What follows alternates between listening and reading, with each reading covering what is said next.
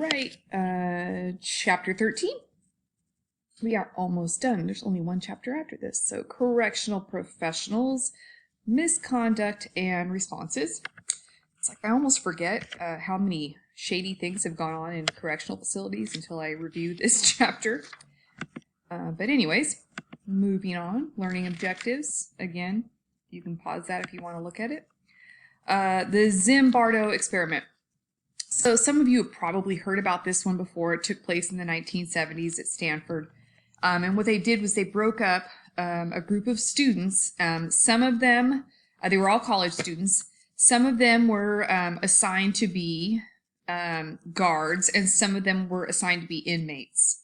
And after a certain period of time in their assigned roles, many of the guards became very brutal toward the inmates. And it was very interesting, and not necessarily in a good way, how quickly the behaviors changed based on their roles and titles in this group. So it was something that was really interesting for the researchers to learn, because it was such what they thought was a vivid illustration of what prison and the idea of the concept of prison can have on people. It was canceled after 6 weeks. That's right, because the brutality got so out of control, and the inmates became so submissive. It was really interesting study. So, misconduct and corruption. This can start with can go run the gamut. It could be very minor, or it could be very extreme. Accepting gratuities for special considerations for a legitimate purpose, accepting gratuities for protection of illicit activities, mistreatment, harassment, extortion, mismanagement, and miscellaneous abuses. Typology of corruption as falling into the following category. Okay, so there's different types of corruption. For personal gain, acts that violate authority, and then acts of omission such as ignoring rule violations. This is probably pretty common. This is kind of something that probably is relatively common in the world of law enforcement as well. You know, a lot of times we talk about that blue line. A lot of officers are not real likely to quote unquote snitch on each other. Well, correctional officers are probably pretty similar. Although most of them are probably pretty straight and narrow and aren't going to violate the rules, they might not say something if they see someone else violate the rules. And again, we have different levels of misconduct or corruption. We're talking about malicious or purposeful abuse, like excessive force, rape, sexual harassment, theft, destruction of property, false discipline. These are obviously kind of outright abuses. You have negligent abuse, maybe denying someone medical care, failing to protect someone, not responding to calls for service, maybe losing someone's property, things like that. And then you have that whole kind of systematic or budgetary abuse, overcrowding, which is something that was happening obviously in California, inadequate medical care, or use of isolation units. Using isolation units is something that can be deemed cruel and unusual punishment if you are leaving people in isolation too long, something that was happening quite significantly in California. Okay. So we're going to talk about prison systems in a few specific states, prison and jail systems in a few specific states, because they were basically deemed the most unethical. California, we are at the top of that list. Yay, California. Anyways, so California's Department of Corrections was basically deemed corrupt from top to bottom. Corcoran State Prison. I don't know if a lot of you will remember this, but I believe Corcoran is the place. Actually, Corcoran is where you have the SHU. special housing unit. That's where Charles Manson was for quite some time before he finally died. I think Charles Manson, I thought he lived basically forever, I thought, until he died a couple of years ago. But Corcoran, I believe, is also the facility where they had, if I remember correctly, maybe it was Folsom, but I think it was Corcoran, where they had the gladiator fights. And if you don't remember the gladiator fights, that is where basically the correctional officers were. Darn it, I'm looking at the book because I'm doubting myself. I think Corcoran is where the gladiator fights were. Yeah. Okay. Whew. Yes, Corcoran is where the gladiator fights were. The officers were betting on inmates. It was basically like they were having their own little MMA fights, but much more vicious. And so they were betting on inmates, letting them fight in the yard.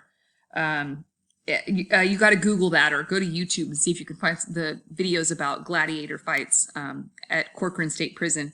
It was significant. It was huge. Lots of disciplinary action took place as a result of that. It was pretty horrifying and embarrassing. There was a riot in Folsom when some correctional officers were conspiring with one of the gangs. Let's see, the Green Wall. Remember we talked about the Blue Wall or Blue Line. That's kind of the same thing. Excuse me. I don't have COVID. Sorry, I just swallowed the wrong way. Green Wall of silence. Kind of, it's like the blue code of silence. Green is the color they use to. Okay, I'm going to take a drink. To represent corrections officers. Tanaka, we're going to get to Tanaka. Well, Tanaka actually was the, I think he was the assistant warden at the Los Angeles County Jail. Los Angeles County Jail had a huge, excuse me, huge investigation that took place about a lot of significant corruption that was taking place, where inmates were being injured, things were being smuggled in and out of the jail, and ultimately Mr. Tanaka ended up going to prison. He was the assistant, I think he was the assistant sheriff or the undersheriff of the Los Angeles County Sheriff's Department at the time. And that was in the, what year was that? Early 2010-ish. And then when we're talking about the federal consent decree, this is in regards to the California Department of Corrections and Rehabilitation, back to what I mentioned, I believe in the last chapter, the Supreme Court case of Plata versus Brown, where Plata was sick, was trying to get medical care while he was in custody in prison in California, and was unable to do so because ultimately because there were too many other sick inmates, and he waited weeks to get medical care, and ultimately he filed a lawsuit claiming cruel and unusual punishment. It took about 10 years for that case to work its way through the courts, the lower courts, and then ultimately to the Supreme Court. Supreme Court ruled in favor of Mr. Plata and indicated that it was indeed cruel and unusual punishment. The Supreme Court ruled that the state of California needed to, within a very short period of time, I want to say it was 1 year, release somewhere close to 40,000 inmates in order to get to the 100% capacity of their facility or facilities, or they were going to lose control of their own facilities, and the federal government was going to come in and take control over the California Department of Corrections and Rehabilitation. So lots and lots and lots of issues in the world of corrections in California. So moving on, Florida, they've also had some issues in their Department of Corrections and their jails. Third largest in the country, I believe California, Texas, and then you've got Florida. Federal courts, unlike California, the feds actually did take over their state prison system and oversaw it for more than excuse me. I'm sorry, for more than 20 years. This James Crosby guy was forced to resign in 2006 after it was determined that he, after stories of alcohol-fueled parties and cozy relationships with prison vendors, investigation led to criminal charges against more than 24 other employees. There were staff cover-ups, inmate deaths, and then this project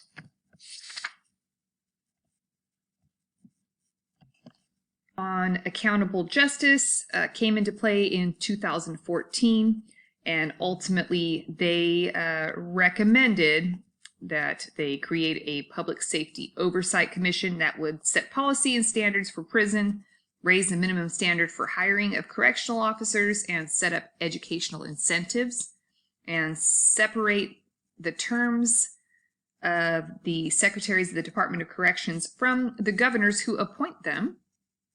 Interesting. So that they could make sure that those two offices were independent. Then in 2015, there were legislative hearings where a new secretary for the Corrections Department was put into place.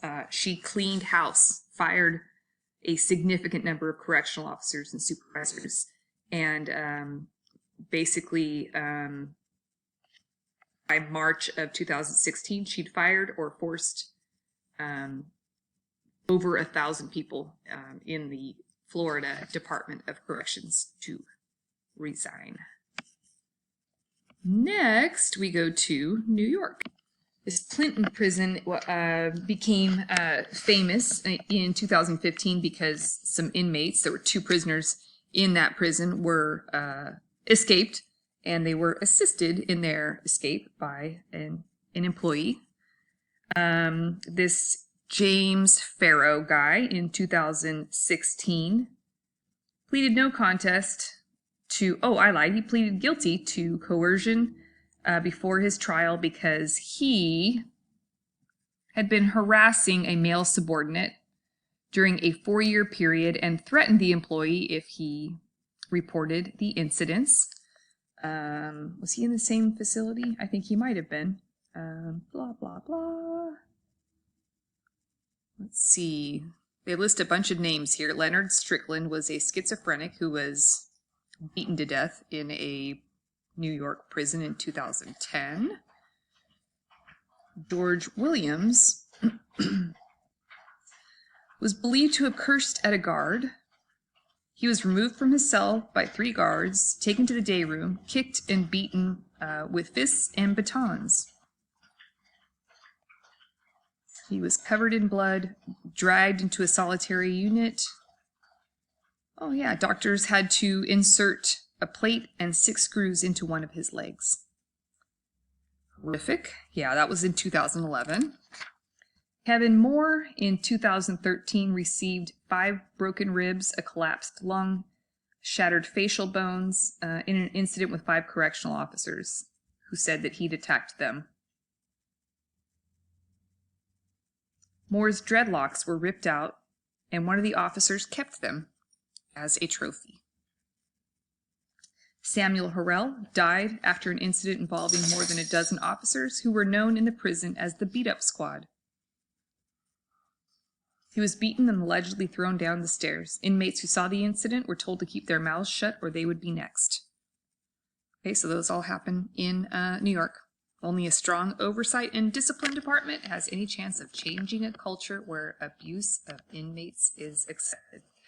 Okay, and again, I'm going to say, like I said, either last chapter or I think it was last chapter, we don't know what goes on inside prisons, right? There's no body cameras. There's no citizens with cell phones. So So typically we have treatment staff that go in, like I mentioned before, that go in to help inmates, to do schooling, to do NAAA classes, to do mental health treatment, you name it. And typically they go in to do their jobs, but is it possible that they could abuse the inmates too? Absolutely. Community corrections, most of what we hear about in the corruption of corrections is what takes place inside the facilities. Does it happen with correctional officers as well? I'm sorry, with probation and parole as well? Absolutely, it definitely can.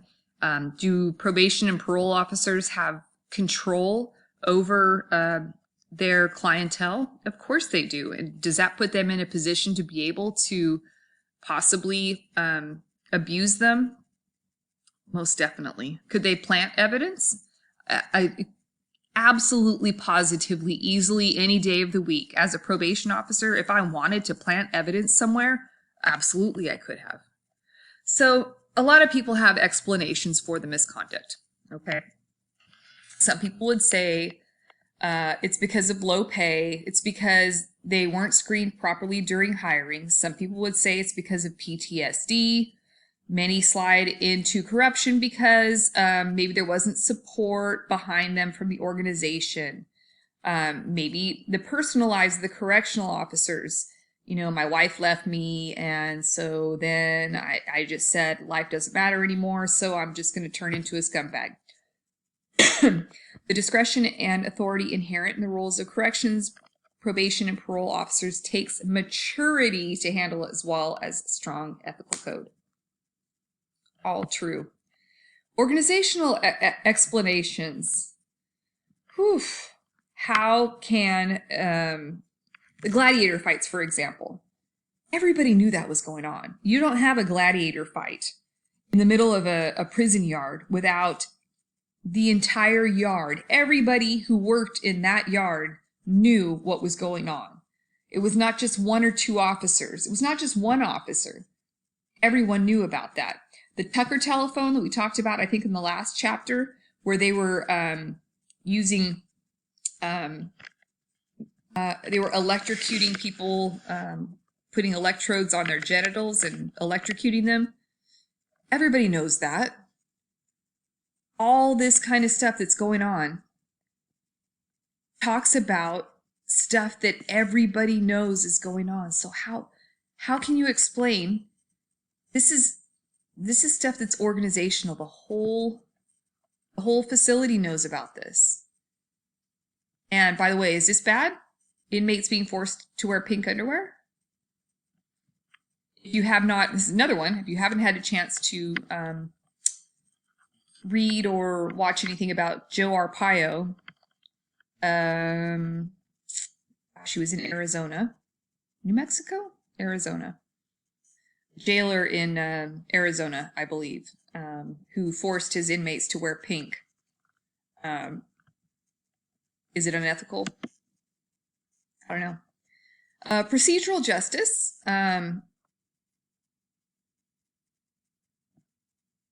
has to be a procedure in place for inmates to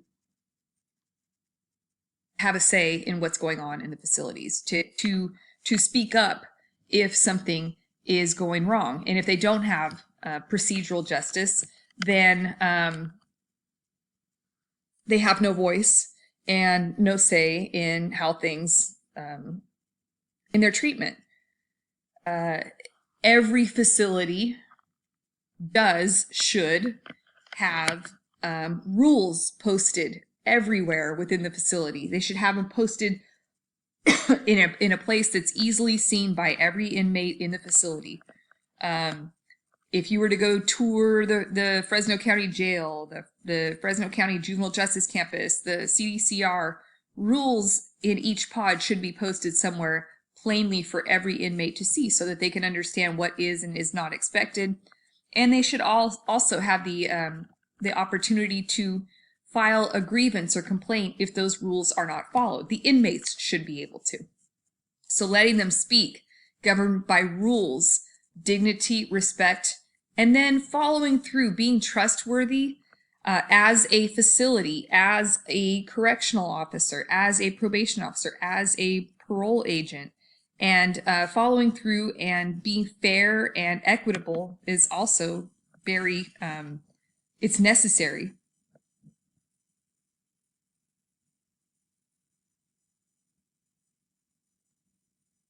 We're going through all of this kind of stuff right now with a lot of the police violence and the police misconduct. When criminal corrections are not prosecuted but simply fired, it gives a message that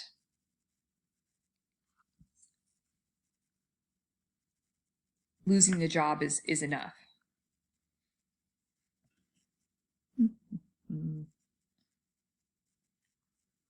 Again, just like what's going on in society right now. If society wants an ethical correctional system, we must demand it and expect that even murderers will be treated according to law.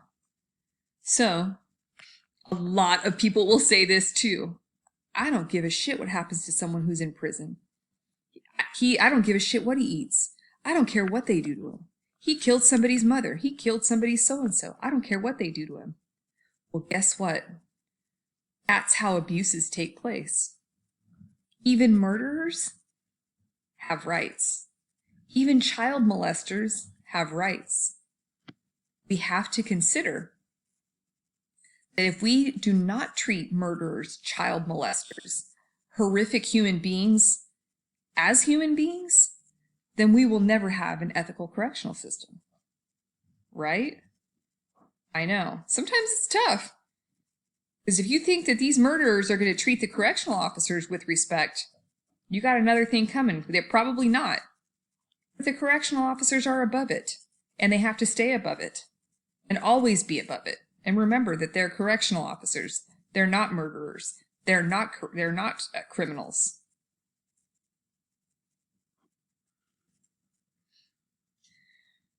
Responses to corruption. There has to be a strong anti-corruption policy. Officers have to understand that corruption will not be tolerated. Proactive measures. There have to be investigations. There have to be fewer opportunities for corruption. There have to be good screening tools. There have to be good working conditions, and there have to be good role models. These are all things that have to be there in order to keep people from becoming corrupt. How do we reduce the culture of violence inside prisons? Improve staffing, hiring, staffing levels, meaning they have more people there, more officers. Improve hiring and improve training. Hire better people and train them better. Provide independent oversight for complaints. If you have all your buddies doing all the oversight for your complaints, then is anything ever really going to happen? Create a national database for violent incidents. If you just quit your job in California and move to Utah, they don't know that you beat the hell out of somebody in California, right? Increase access to the courts by repealing or amending the Prison Litigation Reform Act. Increase the level of criminal prosecution of wrongdoers. Strengthen professional standards. I would add here, add education. Require more education for correctional officers. That's my thing. I really think that we should start requiring correctional officers to have at least some college. Ah, there it is. Add education. Add more training. The policies regarding employees who act unethical. Yep. Those are all smart things. Wright offered 7 principles as to how administrators and supervisors should treat employees. These are all very important. Employees want to believe that they are safe, that they are treated fair, that they have due process, that they can speak up, that they have privacy, that they have a say in the decision making, and that they have all the information. If you don't have all this as an employee, as a correctional officer, if you don't feel like the prison, like your warden is giving you all this, you're probably more likely to engage in unethical behavior. And that's just a fact. How to prevent stress and burnout. This is tough. Man, there's so much going on all the time. I mean, in just a normal person's life, but having to work inside a correctional facility is even worse because it's the stress of that job in general is pretty high, plus life in general. Provide clear direction. Manage proactively.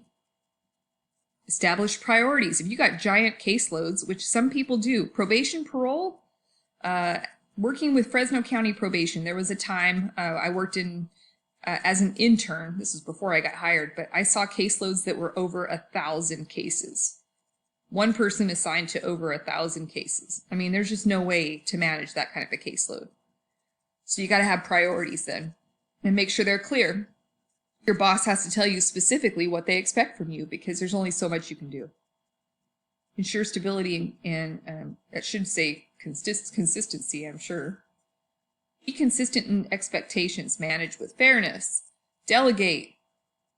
Have enough resources. Communicate. Ethics training programs should include all this stuff. Fairness. Promote on merit. No prejudice. Lead by example. Clear mission statement. Code of ethics. Create a culture that promotes performance, not seniority. Just because you've been there longer doesn't mean you're better than everybody else. Sometimes being there longer does not make you the best person there. Be respectful. Get input from staff. Make sure that everybody knows management cares about you. Restorative justice and procedural justice. Restorative justice is the concept of rebuilding the community as a whole. Yes, the United States does have one of the world's highest rates of incarceration. And we have high recidivism rates, meaning they re-offend after they get out. Why? How do we fix that? Blah, blah, blah. Peacemaking. I'm going to kind of skip through this. I don't think it's that important. Done.